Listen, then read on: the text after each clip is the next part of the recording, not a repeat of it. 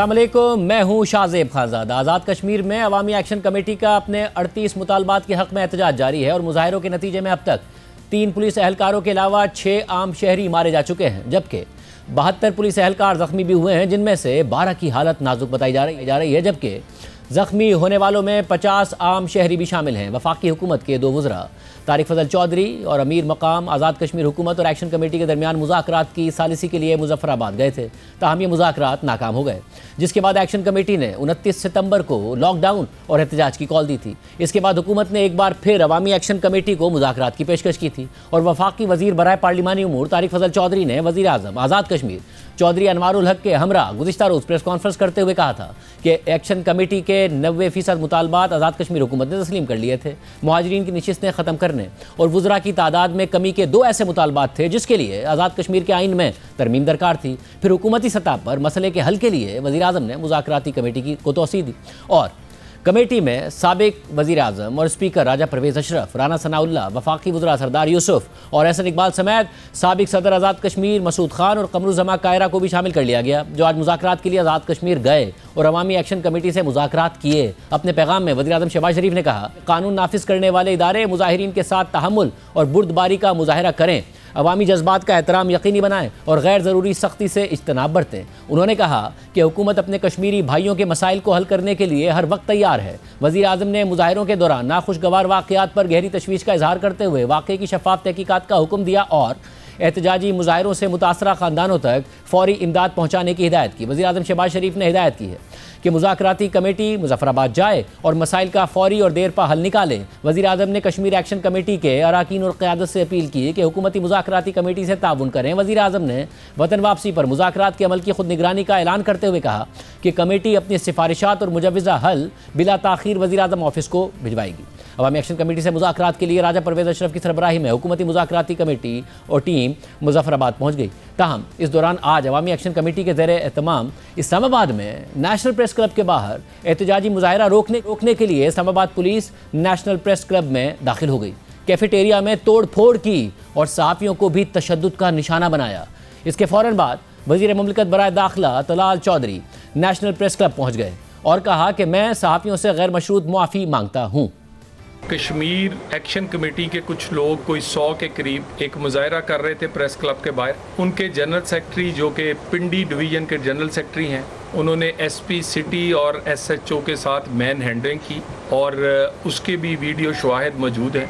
उसकी तजलील और उसकी मैन हैंडलिंग के बाद कुछ उनमें से जो लोग उनको गिरफ्तार करने की कोशिश की जा रही थी, तो कुछ लोग प्रेस क्लब के अंदर आए। उन्हें नहीं आना चाहिए था। उनका पीछा करते हुए एक लाइल्मी में वो अगर अंदर आए हैं तो उनको इस बात पे भी इंटीरियर मिनिस्टर ने इंटरनल पुलिस को अपनी इंक्वायरी का हुक्म दिया है। मैं एक सियासी कारकुन के तौर पे और वज़ीर मुमलिकत बराए दाखिला होने की हैसियत से, और मुझे खुसूसन वज़ीर दाखिला ने फौरी तौर पे इधर भेजा है, मैं एक दफ़ा इस वाक़े की भरपूर मजम्मत करता हूँ और ना सिर्फ मजम्मत बल्कि माज़रत ख़्वाह हूँ। अभी आपका इन हाउस इस वाक़े पे मीटिंग होना बाकी है। मुझे उम्मीद है कि मेरी इस मजम्मत को, इस माज़रत को आप पेशे नज़र रखेंगे और बाकी जो आपका हाउस फैसला करेगा हम उसे मन इंटीरियर मिनिस्टर कोशिश करेंगे इम्प्लीमेंट करें। वफाकी वज़ीर दाखिला मोहसिन नकवी ने इस्लामाबाद प्रेस क्लब में पेश आने वाले वाक़े का नोटिस लेते हुए IG इस्लामाबाद से रिपोर्ट तलब कर ली है और तशद्दुद के वाक़े की तहकीकात का हुक्म दे दिया है। मोहसिन नकवी ने कहा कि सहाफ़ी बरादरी पर तशद्दुद की सूरत बर्दाश्त नहीं है। वाक़े में मुलविस एहलकारों का तयन करके इंज़बाती कार्रवाई अमल में लाई जाए। हुकूमत के मज़म्मती बयानात और ऐलानात एक तरफ, मगर हुकूमती इक़दामात एक अलग ही पैटर्न की निशानदेही कर रहे हैं और इस हवाले फती तंजीमों का मुश्तरका बयान सामने आया है। CPNE, PFUJ और एमन ने इस्लामाबाद प्रेस क्लब पर पुलिस के धावे और सहाफ़ियों को तशद्दुद का निशाना बनाने की सख्त मजम्मत करते हुए इसे दहशतगर्दी करार दिया है और हुकूमत से मुतालबा किया है कि वाक़े में मुलविस अफराद के खिलाफ फौरी कार्रवाई की जाए। सहाफ़ी तंजीमों ने इस वाक़े को सहाफ़ियों के खिलाफ तवातुर से जारी कार्रवाइयों का तसलसल करार दिया है। अपने बयान में सहाफ़ी तंजीमों ने कहा कि गुज़िश्ता चंद रोज़ से हुकूमत पाकिस्तान की जानिब से कभी सोचा है कि अब जंग की सूरत क्या है कि उन्वान के तहत कौमी और इलाकाई मीडिया को जारी किए गए इश्तिहारात शाया किए जा रहे हैं, जिसमें धमकी आमेज़ ज़बान इस्तेमाल करते हुए मीडिया से मुंसलिक रिपोर्टर्स, फ्रीलांसर्स और समाजी तंजीमों को रियासत मुखालिफ फहरिस्त में ला खड़ा किया है। इसका मकसद सहाफ़ियों की किरदार कुशी करना, उन्हें दबाव में लाना और इज़हार राय को सल्ब करना है, लिहाजा इसे फौरी तौर पर बंद किया जाए। बयान में कहा गया है कि जिस मीडिया ने दौरान जंग इंतहाई जिम्मेदारी से मुल्की और कौमी मफाद को पेश नज़र रखते हुए पाकिस्तान की नज़रियाती सरहदों की हिफाजत की,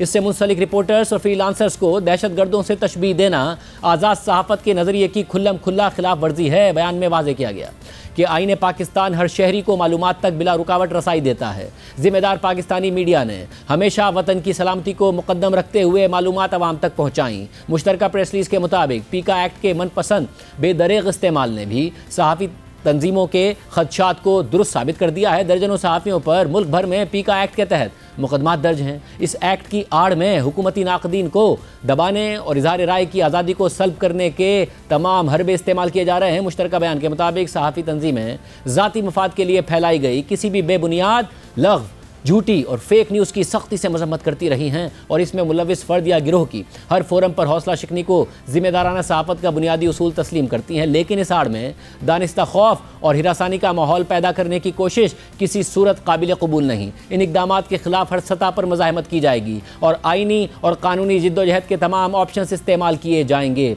पूरी सूरत हाल पर बात करेंगे वज़ीर मुमलिकत बराए दाखिला तलाल चौधरी साहब हमारे साथ। मुनीर साहब बहुत शुक्रिया हमें शो में ज्वाइन करने के लिए। आज जो कुछ इस्लामाबाद पुलिस ने किया, फौरी तौर पर गए, माजरत भी की, एक्शन की भी बात की, मगर जिस किस्म के इश्तिहारात छापे जा रहे हैं, जो सहाफ़ती तंजीमों का मुश्तरका एलामिया आया, उसके बाद तो ऐसा लगता है कि हुकूमत को जर्नलिस्ट से और जर्नलिज्म से एक प्रॉब्लम हो गई है। ये वाक़े का नहीं, अब एक माइंडसेट का मसला है। हुकूमत का माइंडसेट ये हो गया है कि जर्नलिज्म क्राइम है इस मुल्क में। बिस्मिल्लाहिर्रहमानिर्रहीम। देखिए शाहज़ेब साहब, आप प्रोग्राम करते हैं, दो टोक करते हैं, बेलाग करते हैं, बिला झिझक करते हैं, और इसी तरह आपका चैनल और बहुत सारे और चैनल, और इसी तरह फिर सोशल मीडिया पे वीलॉग्स हों या बाकी चीज़ें हों, बिल्कुल भी हम इससे ना घबराते हैं और ये आपका हक़ है और इज़हार राय की आज़ादी पर हम बड़े क्लियर हैं और कोई लिंकेज नहीं है किसी चीज़ की आज के वाक़े से। बिल्कुल, ये मैं ईमानदारी से ऑन ओथ कह रहा हूँ, कोई लिंकेज नहीं है। एक इंसिडेंट हुआ, उस इंसिडेंट ने वहाँ ऐसी सूरत हाल पैदा की कि चंद सिपाही जो हैं वो बिला देखे कि कौन किस बिल्डिंग के अंदर गया है, वो उसके पीछे चले गए और उन प्रोटेस्टर्स को गिरफ़्तार करने के लिए जिन्होंने एसपी और एसएचओ को वहाँ उनके साथ दस्तरदराजी की, और उसी मौके पर उसी टाइम पर वहाँ पर मुज़ाहरा हो रहा था फ़लस्तीन के हक़ में भी, और ये दोनों ग्रुप्स आपस में क्लैश करने की भी सूरत हाल बन रही थी। इंतज़ामिया ने इन्हें सेपरेट करने के लिए और जिनकी इजाज़त थी या जो उन्होंने जिन्हें फ़लस्तीन वाले उन्हें फैसिलिटेट करने के लिए इन्हें मना किया, जिस पे ये सूरत हाल पैदा हुई। और इसका चंद मिनट के अंदर जब इसका पता चला वज़ीर दाखिला को, मैं फ़ौरी तौर पे वहाँ पर गया। गैर मशरूत मैंने माफ़ी का वहाँ मांगी, मैंने सबको वहाँ मैं बैठा रहा और मैंने ये कहा कि आप अगर आपका हाउस किसी किस्म की और रिकमेंडेशन भी करेंगे, इंक्वायरी हम कर रहे हैं, सज़ा हम देंगे इसके बावजूद भी कि वो जिस तरह भी अंदर आए हैं। फिर अभी तक क्या इंक्वायरी हुई है? क्योंकि वाक़े को टाइम हो गया, आपने वादा किया सहाफ़ती तंजीमें मुतालबा कर रही हैं, क्योंकि पुलिस को इतनी हिम्मत उसी वक्त आएगी जब ऊपर से उन्हें हिम्मत जीत जाएगी। तो मोहसिन नकवी साहब, या आपने उन्हें ये हिम्मत दी है, आपकी हुकूमत ने उन्हें हिम्मत दी है, जिनसे वो सुनते हैं उन्होंने ये हिम्मत दी है कि वो ये काम करें, और क्या इंक्वायरी हुई अभी तक? देखिए, अगर कोई ऐसा हुक्म दिया होता तो मैं सबसे पहला आदमी होता जो इसको ऑन करता। हम तो फौरी तौर पे चंद मिनट के अंदर, अभी सहाफ़ी भी इकट्ठे नहीं हुए तो मैं प्रेस क्लब पहुंच गया था। एक मीटिंग बड़ी अहम चल रही थी, उस पर वज़ीर दाखिला ने फौरी तौर पे मुझे भेजा, उन्होंने उसकी मजम्मत की, इंक्वायरी का आगाज़ किया। मैंने आपको दोबारा बता दूं कि वहाँ पर एसपी के साथ और बाकी पुलिस के साथ जो दस्तरराजी हुई, उसके बाद एक ऐसी सिचुएशन पैदा हुई जिसमें चंद सिपाही उन्हीं लोगों को जिन्होंने तशद्दुद किया गिरफ़्तार करने के लिए प्रेस क्लब में चले गए, क्योंकि वो लोग प्रेस क्लब में घुस गए गिरफ़्तारी से बचने के लिए। ये वाक़या हुआ है। इस वाक़े पे बिल्कुल आपके सामने होगा सज़ा जज़ा, इंक्वायरी। हम इंतज़ार कर रहे हैं कि बाज़ाब्ता तौर पे मुझे आपकी सहाफ़ती तंजीमों ने कहा था कि हम अपना एक डिमांड और चार्टर जो है वो देंगे। और हमारे कमिश्नर डीसी मेरे बाद दोबारा फिर उनसे राब्ते में आए, उनके पास गए। जैसे ही हमें मिलता है हम हर बात की तसल्ली करेंगे। इस वाक़े का तल्लक किसी और चीज़ से नहीं है। मगर कम से कम हर मसले को, इस वाक़े का ताल्लुक क्या हर मसले को ताकत के इस्तेमाल से हल करने से है? जो आज़ाद कश्मीर में हो रहा है उसमें अब 3 पुलिस एहलकार शहीद हुए, 6 आम शहरी शहीद हो गए, 72 पुलिस एहलकार ज़ख्मी हैं। बात मुज़ाकरात से हल हो सकती थी, मुज़ाकरात का से हल नहीं की गई और फिर ये हुआ। देखिए, वहाँ पर किसका दिल करता है हुकूमत का कि वो ताकत का इस्तेमाल करे, और ताकत का इस्तेमाल ना करने की वजह से आज भी जो हमारे सिपाही शहीद हुए हैं और सीधी गोलियां चलाई गई हैं जिससे सिविलियन मारे गए हैं। और वहाँ जो एक्शन कमेटी वालों ने आप ये इंस्टिगेट करने की कोशिश की है या इश्तियाल दिलाने की कोशिश की डायरेक्ट फायरिंग से कि चंद सिपाही मरेंगे तो उसके बाद ये भी फिर उसी तरह फायर और उसी तरह सब कुछ करेंगे। और अगर सिक्योरिटी फोर्सेस रिएक्ट करती तो आप क्या समझते कि नुकसान इस तरह का होता? उन्होंने बड़ा तहम्मुल का मुजाहरा किया, हुकूमत ने तहम्मुल का मुजाहरा किया है। पहले भी इनके मुज़ाकरात के लिए 2 फेडरल मिनिस्टर गए, 80 से 90% बातें मान ली गई, लेकिन किसी ने उस पर तवज्जो नहीं दी। और ऐसी चंद बातों पे जिस पे बात मज़ीद हो सकती थी उस पर बात करने की बजाय उन्होंने पुरतशद्दद तरीका अख्तियार किया। और उसके बाद आज इस पुरतशद्दद वाक़े जो कि मज़म्मत भी की गई और जिसका नहीं होना चाहिए था, जानों का ज़िया, उसके बावजूद वज़ीर आज़म ने एक मुस्बत सोच और एक नरम रवैया और एक मुस्बत तरीक़ाकार के लिए, मुज़ाकरात के लिए मल्टी पार्टी एक सीनियर मेंबर्स को वहां भेजा जो सुबह से उधर हैं। हम तो चाह रहे हैं कि ये बातचीत मामला हल हो। और पहले भी अगर रियासत, अगर आप चाह रहे थे कि मामला हल हो तो मामला हल हुआ क्यों नहीं? क्योंकि ये मामला तो 2024 से चल रहा है ना। क्योंकि दूसरी जी साइड मामला हल करना नहीं चाहते। अगर वो हल नहीं करना चाहते, अगर हल नहीं करना चाहते तो उन्होंने 2024 में भी हुकूमत से मुज़ाकरात किए। मुज़ाकरात के नतीजे में उनको कुछ कमिटमेंट्स दी गई, मुकदमात ख़त्म करने की कमिटमेंट्स दी गई, आटा सस्ता करने की, बिजली। मगर हुआ क्या? वो कहते हैं कि जी मुकदमात नहीं ख़त्म किए, आटा सस्ता कर दिया तो क्वालिटी गिरा दी, बिजली में सस्ती कर दी तो लोड शेडिंग बढ़ा दी। वो कहते हैं कि एक तरीके से हुआ नहीं, पेशरफ नहीं, जो हुकूमत ने प्रॉमिसेस किए थे वो भी नहीं पूरे हुए थे। देखिए, ये नाशुक्री है। और वज़ीर आज़म ने 23 अरब का ख़ुसूसी पैकेज दिया, तमाम चीज़ें इम्प्लीमेंट की। मुझे ये बताइए, किसी एक वज़ीर का या आज़ाद कश्मीर हुकूमत का कोई आप बयान दिखा दें जिसमें कोई सख्त बयान हो। और इनकी मैं आपको मुतअद्दिद तकरीरें भेजता हूँ जो आप चला नहीं सकते टीवी पे, इश्तियाल अंगेज़ और जो लबो लहजा है। तो बात ये है, ये बिल्कुल ऐसी सूरत हाल पैदा करना चाह रहे हैं कि जिससे पता नहीं न जाने क्या निकालना है। AJK के लोगों का कोई फ़ायदा हो या उनको कोई सहूलत दी जा सके, हुकूमत बिल्कुल तैयार है और देना चाहते हैं। मज़ीद भी इसके लिए कोई चीज़ और पैकेज अनाउंस करना पड़ेगा, वज़ीर आज़म तैयार है। मगर अगर कोई हल ही ना करना चाहे तो आज पता चल जाएगा। ये देखे इस वक्त जो एक्शन कमेटी है उसकी कोर्ट में बॉल है, उनका जो चार्टर डिमांड है उधर बैठे हैं, उसमें चीज़ ऐसी क्या है जिसकी वजह से कहा जाए कि पता नहीं इनके क्या मकासद हैं? या तो कोई ऐसी चीज़ नजर आए ना कि अगर वो कह रहे हैं हुक्मरान अशराफिया की मराहत ख़त्म करें, आज़ाद जम्मू मोबाइल कंपनी, और आप खुद भी कह रहे हैं कि 90% पर तो इत्तफाक हो गया था। किसी के मकसद पर या किसी के इंटेंशन और नीयत पर तो सवाल उस वक्त हो जब उसके मुतालबात में से कुछ ऐसी बात हो। जब हुकूमत खुद भी इत्तफाक कर रही है कि हम तो उनके मुतालबात पर राजी है, 90% पर मान गए थे, 2 का मसला था क्योंकि कानून साजी, तो इसका मतलब उनके मुतालबात अगर खुद हुकूमत कह रही है गलत नहीं है तो फिर नियत पे क्यों शक कर रहे हैं उनकी? देखिए, गलत हैं और कुछ ऐसे हैं जो हमारे बस में नहीं है। वो कश्मीर की असेंबली ने खुद करना है। हम उसकी सीटें कैसे ख़त्म कर दें? किस तरह ख़त्म कर दें जो कश्मीर जब हुकूमत की असेंबली का हक है? जब हुकूमत कहती है कानून, किस तरह उनमें कहें जी कि ये नहीं, जो महाजरीन की सीटें हैं, क्योंकि अब आज़ाद कश्मीर में तो ये होता है ना कि एक ज़माने में MQM भी 2 सीटें जीत गई थी, क्योंकि जो महाजरीन की सीटों का मामला है कि हुकूमत कहती है कानून साजी के जरिए ख़त्म हो सकती हैं। कानून साजी के लिए 53 की असेंबली है, 42 गवर्नमेंट के पास हैं, PTI का फॉरवर्ड ब्लॉक है 20 का, हुकूमत 13, पीपल्स पार्टी 8, तो कानून साजी में कितना टाइम लगेगा? देखिए, गुजारिश ये है, क्या हम सारी जमातों को हाँक सकते हैं? क्या सारी जमातों को हम क्या कहते हैं किस तरह ज़बरदस्ती करवा सकते हैं? एक डायलॉग, एक तरीकाकार है। अगर 80-90% चीज़ें हो गई हैं तो चीज़ों पे आपको कोई सब्र। और एक बात और है, उन जमातों ने इन्हीं लोगों के पास आना है। जब उन्हें पता होगा कि ये लोगों की आवाज़ है तो वो क्यों नहीं करेंगे? लेकिन बात तरीकाकार क्या है? यानी ये तरीका है ये एहतजाज का, यानी तशद्दुद करके आप उनकी तकारीर चलाएं। आप देखें वो किस तरह वो मुतालबात कर रहे हैं, वो तो धौंस और वो तो गले पे अंगूठा रख रहे हैं, यानी जो चाहें वो चाहते वो हम कर लें। देखिए उसके बावजूद बड़े तहम्मुल का, बुर्दबारी का, सब्र का मुजाहरा हम कर रहे हैं और करेंगे। जो 2024 के मुज़ाकरात के बाद तय उसके बाद उन्होंने मुतादिद डेडलाइंस दी थी हुकूमत को। ऐसा नहीं है कि उन्होंने फौरन ही सड़कों पर आ गए, मुतादिद डेडलाइंस दी गई हुकूमत को कि जी आप मामलात आगे बढ़ाने के लिए कि जो आपने पिछली कमिटमेंट्स की थी उस कमिटमेंट्स को पूरा किया जाए। तो और ज़ाहिर है हुकूमतों का काम होता है कि लॉ एंड ऑर्डर की सिचुएशन ना क्रिएट हो, बात डायलॉग से हल हो जाए। और अगर हुकूमत सियासी जमातों की हो तो और ज़्यादा वो इस बात को तरजीह देते हैं। देखिए इससे ज़्यादा तहम्मुल और नरम रवैया नहीं हो सकता जिस तरह इस दफ़ा दिखाया गया है।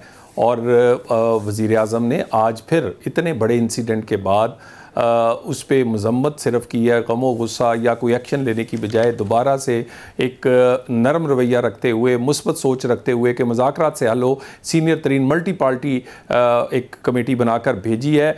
अब मुझे बताइए अब क्या हर्डल है वो एक्शन कमेटी को इनसे बात करने में, हल निकालने में? और अगर हल निकालना है तो बिला वजह कीड़े निकाल के तो आप कुछ भी निकाल सकते हैं। यानी देखिए कैसी बात है कि आटा सस्ता है उसका म्यार कमाल करते हैं, प्राइवेट मिल्स हैं, दूसरी हैं, बहुत सारी और चीज़ें हैं, आप इस तरह की बात नहीं कर सकते। और जो दिया है कम से कम उसका शुक्रिया अदा होना चाहिए या कहना चाहिए, एक्नॉलेज होना चाहिए। यहाँ तो इश्तियाल दिलाने की और कोई ऐसी चीज़ क्रिएट करने की कोशिश की जा रही, जश्न हो रहा है इंडियन मीडिया पर और कि आज आज़ाद कश्मीर में क्या हो रहा है, और कर कौन रहे हैं जो कि लोगों को असल सूरत हाल नहीं बता रहे, बहका रहे हैं, गलत खबरें फैला रहे हैं, तो इश्तियाल दिला रहे हैं और हम तहम्मुल का मुजाहरा कर रहे हैं और करते रहेंगे। इंडियन मीडिया तो जश्न मनाएगा अगर लॉ एंड ऑर्डर की सिचुएशन क्रिएट होगी, पाकिस्तान में कहीं भी होगी। वो तो अगर बलोचिस्तान में कोई ट्रेन पर हमला हो जाए, सिविलियंस की शहादतें हो जाएँ, उस पर भी वो लोग जश्न मना रहे होते हैं। इंडियन मीडिया का तो काम है जश्न मनाना।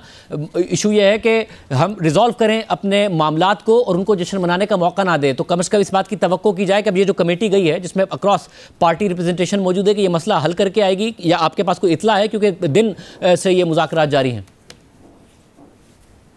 देखिए अब हमारी तरफ से पूरी कोशिश है। सुबह से ये लोग वहाँ पहुँच चुके हैं और सारे लोग बड़े सीनियर पॉलिटिशियंस हैं और सारे लोग बातचीत से मामला हल करने का बड़ा तजर्बा रखते हैं। दूसरी साइड का यहाँ नीयत का आज पता चल जाएगा, वो करना चाहते हैं कि नहीं। जिनके 80% मामले पहले हल हो गए हैं और वो 10-20% पे इस तरह की सूरत हाल को मज़ीद आगे बढ़ाना चाहते हैं या वो मामला हल करना चाहते हैं। मामला हल करने के लिए वो गए हैं और यहाँ पर ये बात का फ़ैसला हो जाएगा कि उनका एजेंडा AJK के लोगों को कोई सहूलत देना, मुतालबा तस्लीम करवाना है या कुछ और है। ये तो आप यहीं वर्डिक्ट दे रहे हैं। फैसला तो उस बात से भी होगा कि अगर वो इत्तफाक हो जाए और मामला ब्रेक थ्रू हो जाए तो हुकूमत फिर उस पर अमल करेगी या नहीं करेगी, जिस बात से का हुकूमत इत्तफाक करेगी उनके साथ।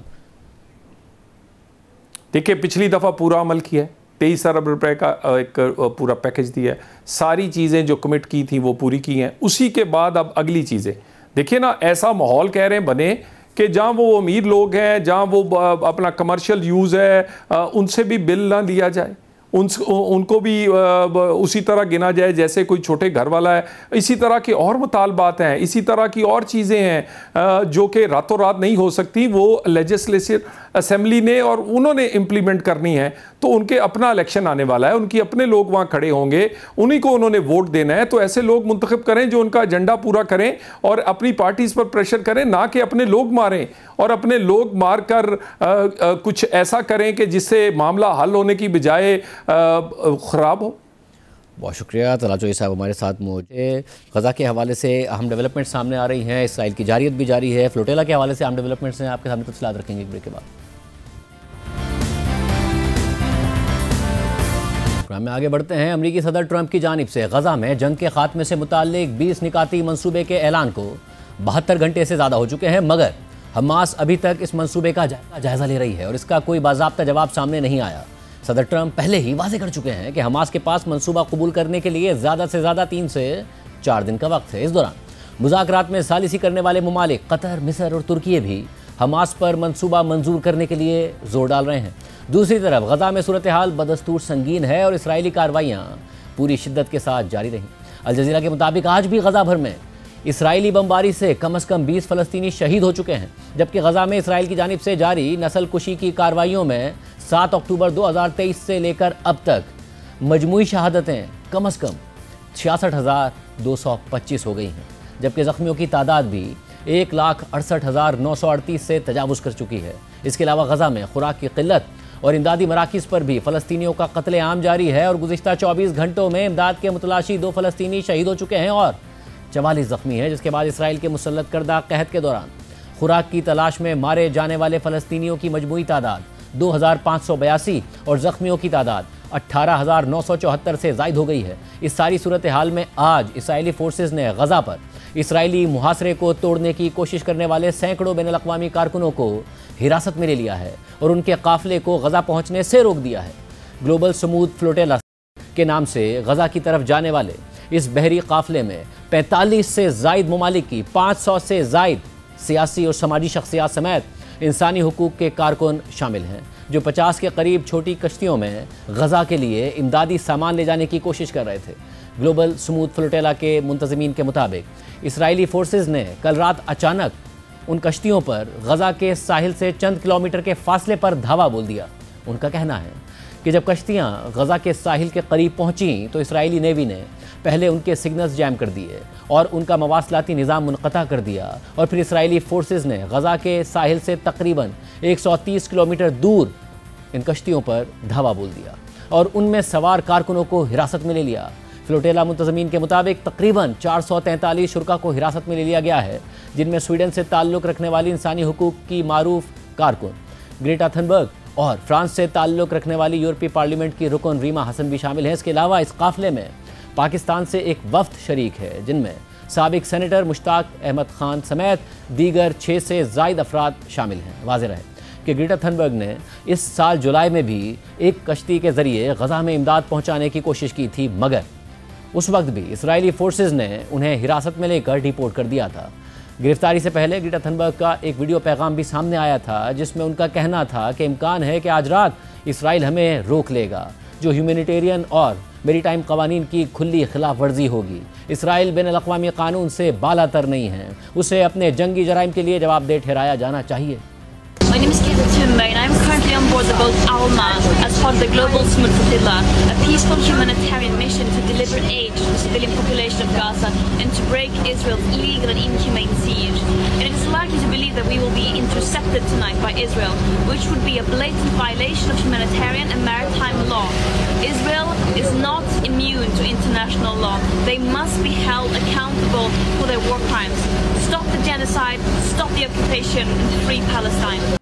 जबकि इसके बाद ग्रेटा थनबर्ग की एक और वीडियो सामने आई, जिसमें वो कह रही हैं कि अगर आप ये वीडियो देख रहे हैं तो मुझे अगवा किया जा चुका है और इसराइली फोर्सेस मुझे मेरी मर्जी के बगैर ले जा चुके हैं। My name is Kate Tumbe. I'm a citizen of Sweden. If you are watching this video, I have been abducted and taken against my will by Israeli forces. Our humanitarian mission was non-violent and abiding by international law. Please tell my government to demand my and the others' immediate release. इससे पहले 26 सितंबर को Greta Thunberg ने global smooth flotilla की leadership से जारी एक video पैगाम में कहा था कि मैं इसराइल से नहीं डरती हूँ, मुझे उस दुनिया से डर लगता है जो बज़ाहिर इंसानियत का सारा एहसास खो चुकी है। I'm not scared of Israel. I'm scared of a world that has seemingly lost all sense of humanity. And what we are doing here is trying to show that there is still some humanity left, that there are still people willing to step up when all other means fail. But this is a last resort. This mission should not have to exist. Free, free Palestine! Free, free Palestine! The closer we get to Gaza, the higher is the risk of escalation and more attacks. The last weeks we have seen numerous escalated attacks against our mission that has damaged several boats, where drones have been dropping explosions, chemicals and unidentified objects on and around boats in a desperate attempt to intimidate us and to silence and scare those who are standing in solidarity with Palestine. इसके अलावा flotilla के पाकिस्तानी वफ्द में शामिल senator Mushtaq Ahmad Khan ने Israeli forces के हाथों गिरफ्तारी से पहले प्रोग्राम कैपिटल टॉक के मेज़बान हामिद मीर को एक पैगाम भेजा था। अस्सलाम वालेकुम रहमतुल्लाह। अब इस फ्लोटेला में मैं वाहिद पाकिस्तानी हूँ हामिद साहब। जो हमारे 5 साथी थे उसमें से 2 को सीट्स नहीं मिली, जहाज़ कम हो गए, मिले नहीं, कुछ रुकावटें थी उसकी हुकूमत ने भी डाली, कुछ ड्रोन अटैक्स में भी मुतासर हो गए और इश्यूज थे, तो 2 को सीट नहीं मिली। एक जो है वो हमारे ऑब्जर्वर बोर्ड में है, जो इस फ्लोटेला के पीछे एक ऑब्जर्वर बोर्ड है जिसमें मुख्तलिफ ममालिक का एक बंदा है, तो एक वो ऑब्जर्वर बोर्ड में वो आएंगे नहीं हमारे पास साथ, वो दूर रहेंगे और इन केस ऑफ इमरजेंसी वो फिर कंसर्न जो अपने अपने मुल्कों के लोग हैं उनके लीगल या डिप्लोमेटिक हेल्प के लिए कोशिश करेंगे। तो एक अलग बोर्ड है, वो हमसे काफ़ी पीछे होती है, वो मतलब ये है कि 1.5-2 दिन के फासले पर होती है, तो वो ऑब्जर्वर बोर्ड में है। और ये 2 साथी थे हमारे साथ, लेकिन इनका मिशन फेल हो गया, वो इंजन ख़राब हो गई उसकी, नाकाबिल मरम्मत थी। तो अब सिर्फ मैं एक ही पाकिस्तानी हूँ गुज़िश्ता 2-3 दिनों से इस फ्लोटेला में। इब्तदाई इत्तलात के मुताबिक कल कम अज़ कम 13 कश्तियों को समंदर में रोका गया, जबकि आज इसराइली वज़ारत ख़ारजा ने दावा किया कि इसराइली फोर्सेज ने कश्ती के अलावा बाकी तमाम कश्तियों को रोक दिया है, क्योंकि वो आखिरी कश्ती अभी काफ़ी फासले पर मौजूद है। जबकि इसराइली वज़ारत ख़ारजा की जानिब से जारी की गई एक वीडियो में ग्रेटा थनबर्ग को एक बहरी जहाज़ के डेक पर बैठे देखा जा सकता है, जहाँ उनके इर्द गिर्द इसराइली फ़ौजी मौजूद थे। ग्लोबल स्मूथ फ्लोटेला को गजा जाने से रोके जाने पर दुनिया भर से सख्त रद्द-ए-अमल सामने आया है। पाकिस्तान, तुर्की, कोलंबिया और मलाइशिया समेत दुनिया भर से इसराइली इक़दामात की मजम्मत सामने आ रही है, जबकि इटली, तुर्की, यूनान, अर्जेंटीना और पाकिस्तान समेत दुनिया भर में इसराइल के खिलाफ मुजाहरे भी हुए हैं। पाकिस्तान में कराची समेत मुख्तलिफ शहरों में एहतजाजी मुजाहरे हुए हैं। गजा में इसराइल की जारियत बरकरार है। दूसरी जानिब 72 घंटे गुजरने के बाद भी हमास ने ताहाल गजा में जंग के खात्मे के अमरीकी मंसूबे पर कोई बाज़ाब्ता जवाब नहीं दिया है। मगर अमरीकी सदर ट्रंप की जानिब से अचानक ये मंसूबा कैसे मंजर आम पर आया है और वो कौन सी वजह थी जिसने ट्रंप को गजा में अमन कायम करने के लिए इसराइल पर दबाव डालने पर किया, इस हवाले से अहम तफसीलात सामने आ गई हैं। इस हवाले से अमरीकी न्यूज़ वेबसाइट एक्सियोस की रिपोर्ट के मुताबिक सदर ट्रंप ने पीर को गजा की जंग ख़त्म करने के लिए जो मंसूबा पेश किया, उसके बीज 3 हफ्ते पहले बोए गए थे, जब इसराइल ने कतर पर बमबारी की थी और हमास के रहनुमाओं को कत्ल करने की नाकाम कोशिश की थी। अहम बात यह है कि इस इसराइली हमले ने अरब रहनुमाओं को नेतन्याहू के खिलाफ मुत्तहिद कर दिया और उससे खुद इसराइल के अंदर बाकी यरगमालियों की रिहाई और जंग ख़त्म करने के मुतालबात तेज़ हो गए। 4 बाखबर ज़राए के मुताबिक शुरू में इस हमले और इससे पैदा होने वाले मुमकिना अदम इस्तेहकाम पर गुस्से के बाद सदर ट्रंप के खुसूसी नुमाइंदे स्टीव विटकॉफ और सदर ट्रंप के दामाद जेरड कुशनर ने इस बहरान को जंग ख़त्म करने का एक मौका समझा। इस बातचीत से वाकिफ़ सदर ट्रंप के एक मुशीर के मुताबिक उन्होंने नोट किया कि अरब एक ही आवाज़ में बोल रहे थे, चाहे वो इसराइल पर चीखने के लिए ही क्यों ना हो। इससे यह वाज़े हो गया कि ये नारा जो पहले मनफी लग रहा था, इसे किसी मस्बत चीज़ में बदला जा सकता है। ख़ास तौर पर स्टीव विटकॉफ के लिए ये चीज़ वाज़े हो गई। 9 सितंबर को दोहा में होने वाले हमले से एक दिन पहले स्टीव विटकॉफ और जेरड कुशनर ने मियामी में नेतन्याहू के करीबी साथी रॉन ड्रमर से मुलाकात की ताकि गजा अमल और आगे के मंसूबे पर बात कर सकें। ज़राए के मुताबिक जब उन्हें दोहा में इसराइली हमले के बारे में पता चला तो वो शदीद गुस्से में थे और उन्हें लगा कि रॉन ड्रमर ने उन्हें धोखा दिया है। बाद में रॉन ड्रमर ने दावा किया कि उन्हें इस हमले के मंसूबे के बारे में बाद में इल्म हुआ था। कतरी इससे भी ज़्यादा नाराज़ थे। उन्होंने फ़ौरन इसराइल और हमास के दरमियान सालिसी की कोशिशें मुअत्तल कर दी और खित्ते और दुनिया भर में इसराइल के खिलाफ मुहिम चलाना शुरू कर दी।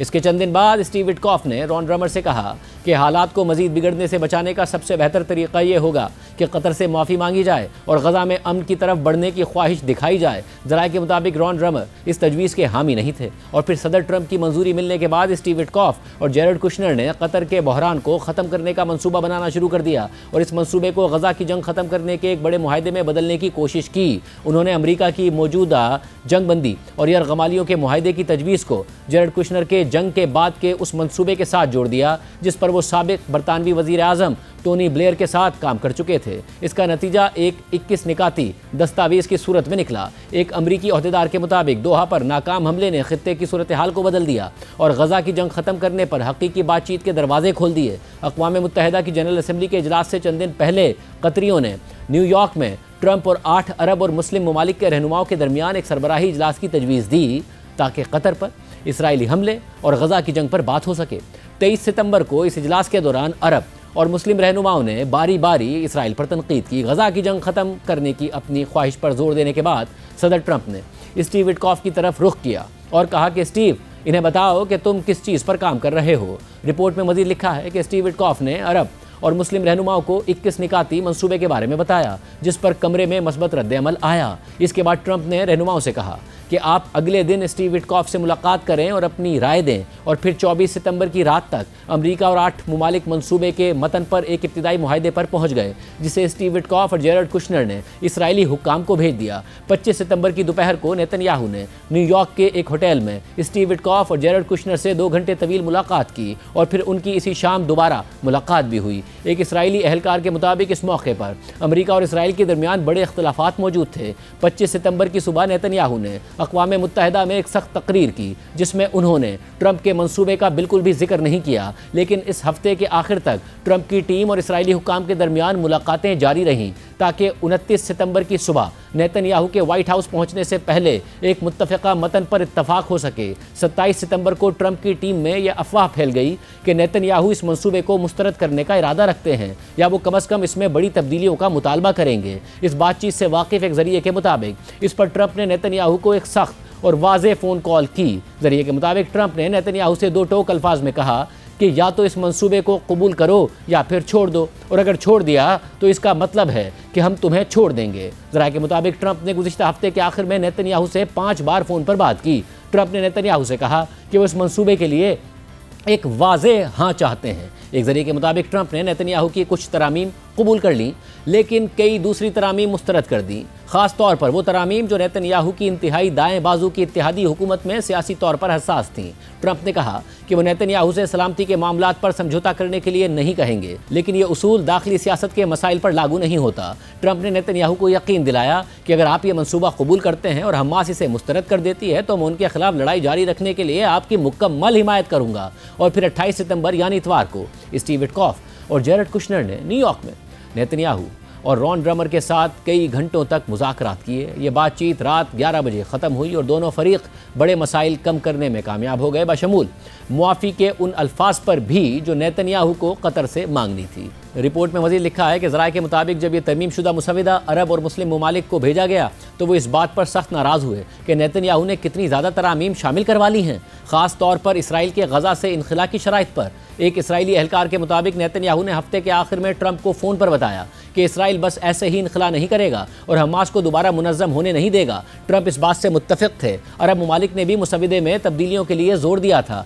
लेकिन उनकी कई तजावीज़ शामिल ही नहीं की गईं। एतराज़ात इतने शदीद थे कि कतरियों ने ट्रंप की टीम को मशवरा दिया कि पीर को तफसीली मंसूबा जारी ना करें, लेकिन इसके बावजूद ट्रंप ने मंसूबा जारी कर दिया। सदर ट्रंप ने मंगल को कहा कि वो अगले 3 या 4 दिनों में हमास के जवाब की तवक्को करते हैं। इस सारी सूरत हाल में कुछ तहफ़्फ़ुज़ात के साथ अमरीकी और इसराइली हुक्काम को मज़बूत जवाब की उम्मीद है। एक ज़रिए ने मज़ीद बताया कि मंगल को अरब हुक्काम ने ट्रंप की टीम को सूरत हाल की रिपोर्ट्स दी और इशारा दिया कि हमास की तरफ से मज़बूत पेशरफ्त हो रही है। अगरचे अरब हुक्काम ने ट्रंप के ऐलान का खैर मकदम करते हुए एक मुश्तरका बयान जारी किया, लेकिन उन्होंने वाज़े किया है कि उनके नज़दीक ये मुआहदा अब भी मुज़ाकरात के मरहले में है और तफसीलात तय नहीं हुई। एक अमरीकी एहलकार ने कहा कि कुछ मखसूस और छोटी तरामीम मुमकिन हैं, लेकिन ट्रंप पूरे मंसूबे पर दोबारा मुज़ाकरात करने का इरादा नहीं रखते। ऐसे में सदर ट्रंप ख़ास तौर पर कतर, मिस्र और तुर्की के हुक्काम पर इन्हिसार कर रहे हैं ताकि वो हमास को हाँ कहने पर आमादा करें। एक अमरीकी एहलकार ने मजीद कहा कि तजवीज़ यह है कि अगर हमास पीछे हटती है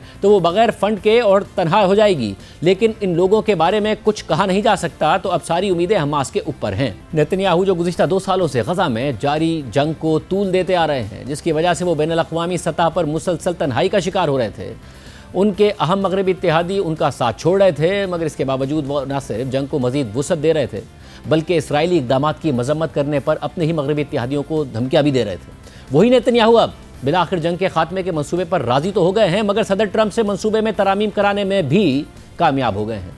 लेकिन इसका उनकी सियासत पर क्या असर पड़ेगा, इस हवाले से रॉयटर्स की रिपोर्ट के मुताबिक इसराइली वज़ीर आज़म नेतन्याहू की जानिब से सदर ट्रंप के गजा मंसूबे की हिमायत एक जुआ है जो उनके बैरून मुल्क नाराज़ इत्तेहादियों को वापस ला सकता है और अंदरून मुल्क सियासी बुनियाद को मजबूत कर सकता है। लेकिन इससे यह ख़तरा भी मौजूद है कि नेतन्याहू का अपने इत्तेहादियों के साथ टकराव हो सकता है जो फ़लस्तीनी रियासत के किसी इशारे के भी मुखालिफ हैं। ट्रंप के साथ खड़े होकर नेतन्याहू ने इस मंसूबे को एक मुश्तरका कोशिश के तौर पर पेश किया है जो उनकी हुकूमत के मकासद को आगे बढ़ाता है, जबकि जंग पर होने वाली बैनुल-अक़वामी तनक़ीद का रुख हमास की तरफ मोड़ देता है, जिसे अब ये इंतखाब करना होगा कि मंसूबा कबूल करे या मुसलसल मुहासरे का सामना करे। ये कदम नेतन्याहू की इसराइल के अंदर हिमायत को मजबूत कर सकता है, क्योंकि इससे एक बढ़ती हुई गैर मकबूल जंग ख़त्म हो सकती है और हमास के कब्ज़े में मौजूद यरगमालियों की रिहाई मुमकिन हो सकती है, जो 1 साल बाद होने वाले इंतखाबात में नेतन्याहू की जीत के इम्कानात को बेहतर बना देगी।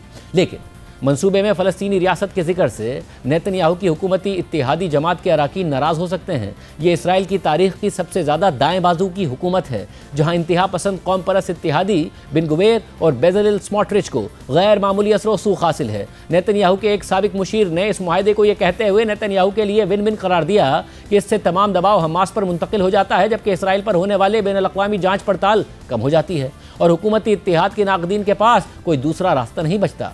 नेतन्याहू के साबिक मुशीर ने मज़ीद बताया कि नेतन्याहू के लिए ये शतरंज की बाजी ख़त्म करने के मुतरादिफ है।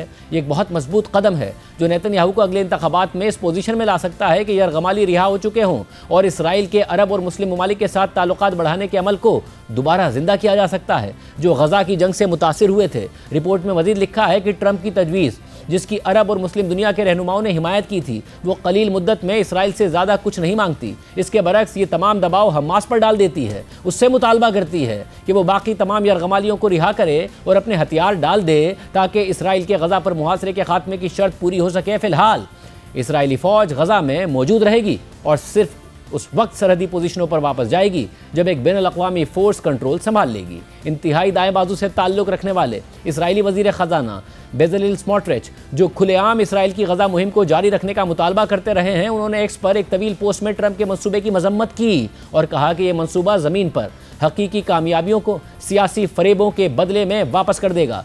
बेज़लेल स्मोट्रिच की रिलीजियस ज़ायनिज़्म पार्टी इसराइली पार्लियामेंट की 120 नशिस्तों में से 7 नशिस्तें रखती है, लेकिन ताज़ा सर्वे ये बताते हैं कि अगर आज इलेक्शन हो जाएं तो इस जमात को एक नशिस्त जीतने में भी मुश्किल होगी। गजा में जंग इसराइली अवाम की बड़ी तादाद में हिमायत खो चुकी है। यरूशलेम में कायम इसराइल डेमोक्रेसी इंस्टीट्यूट के मंगल को शायाशुदा एक सर्वे में बताया गया कि 66% इसराइली समझते हैं कि अब जंग ख़त्म करने का वक्त आ गया है, जिनमें 48.5% दाएं बाजू के अफराद भी शामिल हैं। प्रोग्राम में आगे बढ़ते हैं। सितंबर के महीने के मुआशी आदाद-ओ-शुमार सामने आ गए हैं। तिजारती खसारा गुज़िश्ता कई माह की बुलंद सतह पर पहुँचकर 3.34 अरब डॉलर्स पर पहुंच गया है और इसकी वजह गुज़िश्ता बरस के मुकाबले में एक्सपोर्ट्स में 12% की कमी और इंपोर्ट्स में 14% इजाफा है। सितंबर में एक्सपोर्ट्स 2.5 अरब डॉलर्स और इंपोर्ट्स 5.8 अरब डॉलर्स रहीं, जबकि महंगाई की शरह भी अक्टूबर 2024 के बाद बुलंद तरीन सतह पर रही और 5.6% पर रिकॉर्ड की गई।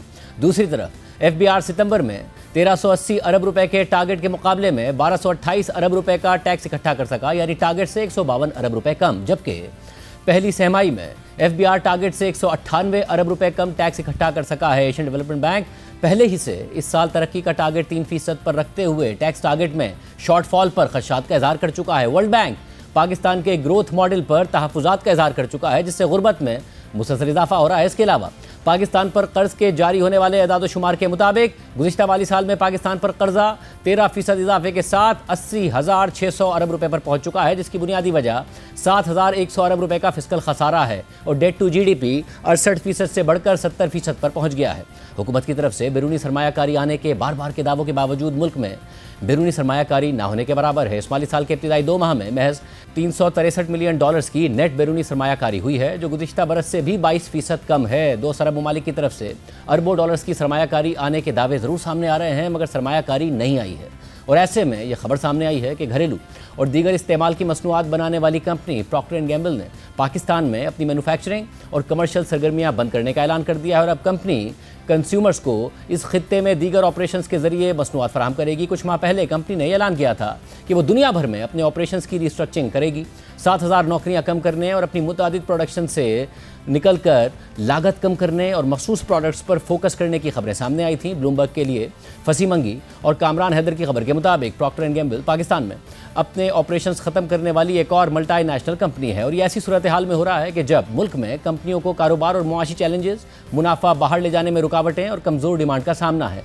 शेल, फाइज़र, टोटल एनर्जीज और टेलीनॉर हालिया सालों में पाकिस्तान से अपने ऑपरेशंस बेचकर जा चुके हैं। हालांकि पाकिस्तान आबादी के लिहाज से दुनिया का 5वां बड़ा मुल्क है। प्रॉक्टर एंड गैम्बल 1991 में पाकिस्तान में दाखिल हुई और फिर मुल्क की टॉप कंज्यूमर अशिया बेचने वाली कंपनी बन गई। दूसरी तरफ स्टॉक मार्केट में तेजी का सिलसिला बरकरार है और 100 इंडेक्स हर रोज एक नया रिकॉर्ड बना रहा है और आज भी 2849 पॉइंट्स के इजाफे के साथ 1,68,619 की सतह पर पहुंच गया है। इस हवाले से बात करेंगे। हमारे साथ मौजूद हैं माहिर मईशत मोहम्मद सुहेल साहब। मोहम्मद साहब बहुत शुक्रिया मुझे ज्वाइन करने के लिए। सबसे पहले जब लाख क्रॉस किया मार्केट ने तब हो रहा था कि जी मार्केट बहुत बढ़ गई है, फिर 1.25 लाख हुई, फिर 1.5 लाख हुई, अब ये 2.25 लाख की तरफ बढ़ रही है और बढ़ ही जा रही है, रोजाना नया रिकॉर्ड बना रही है। क्या आपकी अपनी तवक्कात से भी ज्यादा तेजी और क्यों है?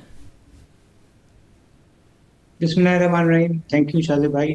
देखिए, हमारी तवक्कुआत से ज़रा जल्दी बढ़ गई है, बट ये हम नहीं कह सकते कि तवक्कुआत ये नहीं थी, क्योंकि मार्केट का इंडेक्स तो आपको बढ़ता हुआ नज़र आ रहा है, बट मार्केट की जो वैल्यूएशन है अगर हम उसको देखें तो वो अब एवरेज पीई जो पाकिस्तान का रहा है 8, 7.5, 8 उसके करीब आ गई है, विच मीन के मार्केट ने अपना एवरेज हासिल कर लिया है।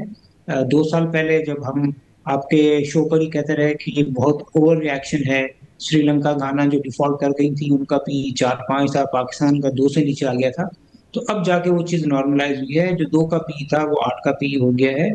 अलबत्ता एक चीज़ जिसने मार्केट में 2-2.25 साल में कोई 4-4.5 गुना इजाफा किया है, वो है लिक्विडिटी। चूंकि 2018 ऑनवर्ड्स कोई 5-6 साल लगातार हुकूमत अपना खसारा जो है वो लोकल बैंक से पूरा करती रही, यानी प्रिंटिंग करती रही, तो वो जो लिक्विडिटी थी वो बहुत ज़्यादा हो गई है। इस वजह से आप स्टॉक मार्केट में ये क्रेजी बुल रन देख रहे हैं। और दूसरा ये है कि ये जो लिक्विडिटी है, पैसा है लोगों के पास, वो लगाने के मौके बहुत कम है। प्रॉपर्टी में पैसा जा सकता है, जो डॉलर खरीदारी मुश्किल या इम्पॉसिबल हो गई है, जो पैसा बाहर मुल्क के से होता था वो खत्म हो गया है, खत्म हो गए हैं। तो बेसिकली जो इतनी तेजी से मार्केट बढ़ी है उसकी रीजन इकोनॉमिक स्टेबिलिटी के साथ साथ बहुत ज्यादा। और फिर सब जो आमतौर पर होता था, स्टॉक मार्केट बढ़ती थी, फिर प्रॉपर्टी में भी एक एक्टिविटी नज़र आती थी, तो अब प्रॉपर्टी में उस तरीके से एक्टिविटी नहीं हो रही है, इसलिए जो लिक्विडिटी का फोकस है वो सारा स्टॉक मार्केट में है। और इसकी वजह क्या है कि प्रॉपर्टी की तरफ लोग नहीं जा रहे? क्या सख्तियां हैं? 2 चीज़ें हैं। एक तो प्रॉपर्टी में सख्तियां हो गई हैं, विद होल्डिंग टैक्स, एफईडी लग गया है, सोर्स ऑफ इनकम पूछी जा रही है, और बहुत ज़्यादा ओवर इन्वेस्टमेंट को डिस्करेज किया गया है। प्लस आपको पता है कुछ साल पहले हुकूमत ने जो प्लॉट्स वगैरह है, जो हुकूमत कहती आ रही है कि अनप्रोडक्टिव है, उसके स्ट्रक्चर को भी टैक्सेशन में भी चेंज किया था। तो एक ये रीज़न है कि पैसा इतना तेज़ी से प्रॉपर्टी में नहीं जा रहा जितना हम देखते आ रहे हैं पिछले 15-20 साल में जाया करता था। तो यही रीज़न है कि जो ऑफिशियल पैसा है, डिक्लेयर्ड पैसा है, उसके लिए जो ट्रांसपेरेंट और ऑफिशियल एवेन्यू है वो स्टॉक एक्सचेंज ही है। इसलिए मेजॉरिटी ऑफ द चंक जो पैसों का है वो स्टॉक मार्केट में आ रहा है, कुछ प्रॉपर्टी में भी जा रहा है, और कुछ खास तौर से जो अनडिक्लेयर्ड है वो गोल्ड और सिल्वर में भी जा रहा है। और साहब, और ऐसी सूरत में पाकिस्तान से इन्वेस्टमेंट का निकलना, अभी कंपनी है ज़ाहिर वो अपने ग्लोबल ऑपरेशंस को रिस्ट्रक्चर करने का ऐलान कर चुकी थी, बट प्रॉक्टर एंड गैम्बल का पाकिस्तान से में अपनी जो मैन्युफैक्चरिंग है अगर वो बंद करने की खबर आती है, इसके अलावा उससे पहले कुछ कंपनीज का इनखला हुआ है, फॉरेन इन्वेस्टमेंट आ नहीं रही है, ये कंसर्निंग है मईशत के आगे बढ़ने के लिए, जब हुकूमत दावे करती है कि जी अब हम स्टेबलाइजेशन से ग्रोथ की तरफ जाएंगे? नहीं, ये बुरी खबर है, क्योंकि दुनिया की सबसे लार्जेस्ट कंज्यूमर कंपनी का पाकिस्तान में ऑपरेशन बंद करना, प्रोडक्शन बंद करना, लोगों को फारिग करना, इसलिए कि पाकिस्तान को तो ये समझा जाता था कि सबसे अच्छी कंज्यूमर की मार्केट है, चाहे वो कोलगेट हो, यूनिलीवर हो, पीएनजी हो, क्योंकि हमारी जो कंजम्पशन है वो बनिस्बत दूसरे ममालिक से ज़्यादा है। हम सेविंग कम करते हैं, कंजम्पशन ज़्यादा करते हैं। कंजम्पशन टू जीडीपी पाकिस्तान का वन ऑफ द हाईएस्ट है। इस तनाजुर में पीएनजी का चला जाना ये थोड़ा सा सेटबैक ज़रूर है, मगर आपको ये नहीं भूलना चाहिए कि ये फार्मूला वो काफ़ी मुल्कों में अप्लाई कर रही है। नाइजीरिया में भी यही उन्होंने फार्मूला अप्लाई किया कि फैक्ट्री बंद करके import led, distribution led model को अपनाया, और पाकिस्तान में भी उन्होंने यही फार्मूला अपनाया है, जिसकी मेरे ख्याल में सबसे बड़ी रीज़न होगी करेंसी का गिरना और 24-25 करोड़ आबादी की परचेजिंग पावर का कम हो जाना है। मतलब और ऐसे सिनेरियो में जब ज़ाहिर स्टॉक मार्केट देख रही होती है कि अगर मईशत में स्टेबिलिटी आई है तो वो ग्रोथ की तरफ जाएगी या नहीं जाएगी। IMF के प्रोग्राम में हैं हम, इन्फ्लेशन कम ही है मगर 5.6% आई है, यानी कि टारगेट से ऊपर, और दूसरा या एक्सपेक्टेशन से ऊपर, और फिर जो FBR है वो टारगेट नहीं पूरा कर पा रहा है। ये कंसर्न्स नहीं है इस वक्त मार्केट में? नहीं, ये थोड़े से स्लिपेजेस हैं। जिस तरह आपने इब्तिदाई में जो एक्सपोर्ट का नंबर बताया है या टैक्सेशन के थोड़ा बहुत इफेक्ट हुआ है, बट आई थिंक वो सैलाब की वजह से भी है कुछ हद तक, और कुछ हद तक हुकूमत पाकिस्तान की बज़ाहिर लग रहा है कि पॉलिसी भी यही है कि बहुत ज़्यादा ग्रोथ की तरफ ना जाया जाए। अगर आप 3 महीने के इम्पोर्ट नंबर देखें, बावजूद कि ये 3 महीने में सैलाब की वजह से इकोनॉमिक एक्टिविटीज़ मुतासर हुई हैं, 13% इम्पोर्ट बढ़ गई है, जो एक थोड़ा सा कंसर्निंग ज़रूर है कि जब आप बहुत ज़्यादा इंटरेस्ट रेट कम करते हैं तो फिर कंजम्पशन बढ़ जाती है। तो मेरे ख्याल में फ्लड्स की वजह से ओवरऑल इकोनॉमी में इफेक्ट ज़रूर होगा, मगर जहाँ तक हम इंडस्ट्रियल एक्टिविटी देख रहे हैं जिसका ताल्लुक स्टॉक एक्सचेंज से ज़्यादा है, एग्रीकल्चर का कम है और सर्विस सेक्टर है, तो हमें लग रहा है जो इंडिकेटर्स हैं कि इस साल सर्विस सेक्टर और लार्ज स्केल मैन्युफैक्चरिंग सेक्टर कदरे बेहतर होता हुआ नजर आ रहा है 3 महीने की डेटा के हिसाब से। मगर 5.8 अरब डॉलर पर इंपोर्ट जाएं और एक्सपोर्ट 2.5 अरब डॉलर्स पर ही रहे, नहीं बढ़ रही। टैरिफ्स, ये सारे मामला, उसमें पाकिस्तान इतना बुरा इम्पैक्ट भी नहीं हुआ। ये कंसर्निंग है कि क्योंकि एक्सपोर्ट लेड ग्रोथ की जो बात होती है वो फिर ख्वाब ही रह जाएगा।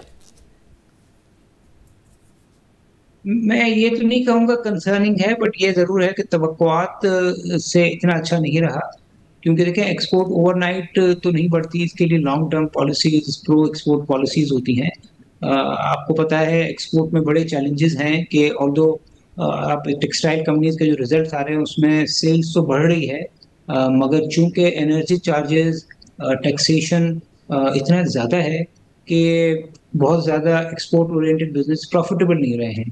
तो ये एक परेशान कुन बात है, मगर मेरे ख्याल में कोई बहुत बड़ा कंसर्न नहीं है, क्योंकि पाकिस्तान IMF के प्रोग्राम के अंडर है और IMF के प्रोग्राम में एक हद तक आपको करंट अकाउंट डेफिसिट और प्राइमरी सरप्लस को मैनेज करना होता है, जो हुकूमत ने पिछले साल भी किया है। और बज़ाहिर ये लग रहा है कि हुकूमत किसी तरीके से या रेमिटेंस के थ्रू या दूसरे इन्फ्लोज के थ्रू कोशिश करेगी कि current account deficit 1% of GDP से कम ही रहे। मतलब आपके साथ हमने मुताबिक जो ट्रांसमिशंस की, आप उसका हिस्सा रहे, पाकिस्तान के लिए कर डालो ट्रांसमिशंस, वो रिफॉर्म्स कर रही है हुकूमत या बस ऐसे ही चल रहा है? IMF जो कह रहा है उसको सेटिस्फाई करने के लिए कोई रिफॉर्म्स मेजर नहीं नजर आ रहे? मेरे ख्याल में देखिए कुछ एफर्ट्स हो गई हैं एनर्जी सेक्टर पे। जो सबसे बड़ा प्रॉब्लम थी या होल था, उस पर कुछ डेवलपमेंट नजर आई है। एक तो सबसे बड़ी डेवलपमेंट है कि बिजली का जो सर्कुलर डेट था, पहले उसको रोका गया और पुराने को भी सेटल कर दिया गया। अभी जो बैंकों के साथ 1.3 ट्रिलियन की ट्रांजैक्शन हुई है, अब एफर्ट की जा रही है IMF के हिदायत के साथ साथ कि गैस सेक्टर का भी जो सर्कुलर डेट है उसको रिजॉल्व किया जाए। तो मेरे ख्याल में थोड़ा सा रिफॉर्म्स एनर्जी सेक्टर में हमें नजर आ रहे हैं। टैक्सेशन में भी थोड़े से हमने देखे, कुछ सेक्टर्स को लाने की कोशिश की गई है, कुछ अमीरों को टैक्स लगाया गया है, बट अब इसका जो नेगेटिव फॉल आउट यही हो रहा है कि हम एक्सपोर्ट के नंबर में भी देख रहे हैं और दूसरे भी नंबर्स में देख रहे हैं कि इससे जो है जो प्रॉफिटेबिलिटी है या मार्जिन है जो एक बिजनेस को सस्टेन करता है, इसको ग्रो करने में फोकस देता है, वो बहुत बुरी तरह मुतासिर हुआ है। और जो PNG का छोड़ना है उसमें जिस तरह मैंने कहा करेंसी और परचेजिंग पावर का कम हो जाने के साथ साथ मेरे ख्याल में जो ओवरऑल टैक्सेशन है कॉर्पोरेट सेक्टर पे, ये सारी बड़ी कंपनियां हैं, इनपे 10% सुपर टैक्स भी होता है, वो एक बहुत ज़्यादा डीमोटिवेटिंग फैक्टर है जिसकी वजह से PNG ने नाइजीरिया के बाद पाकिस्तान का इंतखाब किया है कि वहाँ पे ऑपरेशन बंद किए जाए। बहुत शुक्रिया, आज के मामले में इतना ही। इजाज़त दीजिए, अल्लाह हाफ़िज़।